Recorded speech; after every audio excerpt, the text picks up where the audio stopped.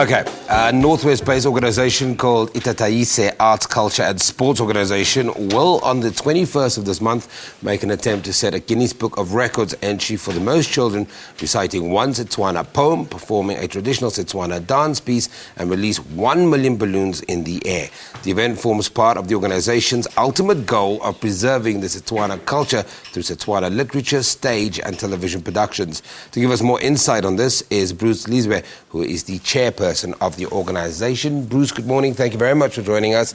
Let's get straight into it. Talk to me about this this world record attempt and why be so big in making a point.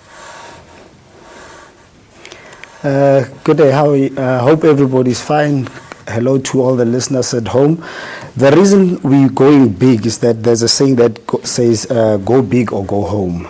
You know, and even if we don't reach the 50,000, at least we'll have left a mark about the importance of Setswana. Is the Setswana language, its culture, in danger? No, it's not a culture that's in danger. It's just a language that we feel is now marginalized, where people are no longer using it, where we've got superstars like HP, Kulichana, Casper Nyovest filling up stadiums, but we don't have enough literature out there in Setswana. We don't have enough content on TV in Setswana. So we just want our youngsters to embrace the language. We want the Botswana people to start speaking the language and claim their place, just like all the other Nguni languages have claimed their spaces on all the television and broadcast media channels. Okay, with the world record attempt, getting so many children to recite a poem, you're talking about a traditional dance piece, and then you're going to release 1 billion balloons in the air. Would it not be easier to just pitch to the broadcasters, to talk to those that are in control of media spaces, to say, hey, give me my space, give our language our space? You see, if you go that route, you're not claiming your space. You're requesting somebody to help you get to a certain point. But as soon as you start claiming your space and say, I belong here, I belong in this space, it gives you better recognition that you know what you're talking about and what you want to do. And by the way, we're not releasing a million this year.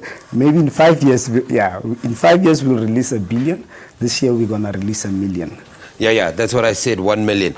Let's talk about preservation of languages, because I think that's very important. A couple of weeks ago on Morning Live, we had Panselb here, and we were talking about the dissolution of the executive, of the board.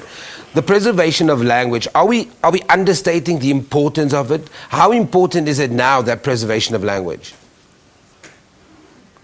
You know, language is a funny thing. We take it for granted because we speak it every day, we dream in a language and stuff. But as soon as you realize when you get challenges, how important a language is in preserving a culture.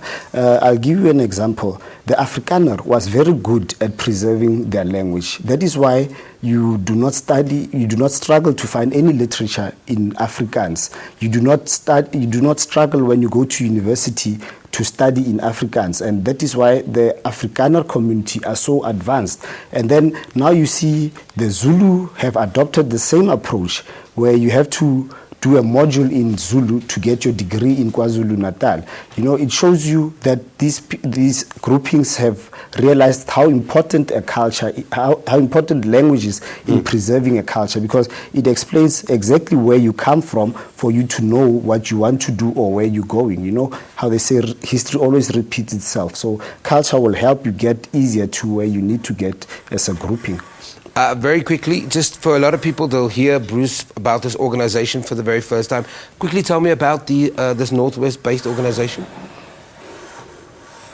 All right. Itataise is an arts and culture organization whose primary aim is to exploit the personnel-heavy characteristic of the creative industry.